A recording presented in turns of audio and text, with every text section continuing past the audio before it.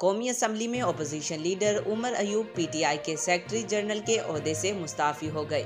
उमर अयूब ने बानी पीटीआई के नाम खत में मुस्ताफ़ी होने का ऐलान करते हुए खत ट्वीट कर दिया, जिसमें उन्होंने कहा, बतौर सेक्रेटरी जनरल इस्तीफ़ा कबूल करने पर बानी पीटीआई का शुक्रगुजार हूँ। मैंने इस्तीफ़ा 22 जून को बानी और चेयरमैन बैरिस्टर गौहर अली को भेजा था। उन्होंने लिखा कि शिबली फराज साहिब ने बानी को आज जेल में मुलाकात के दौरान मेरा पैगाम पहुँचाया।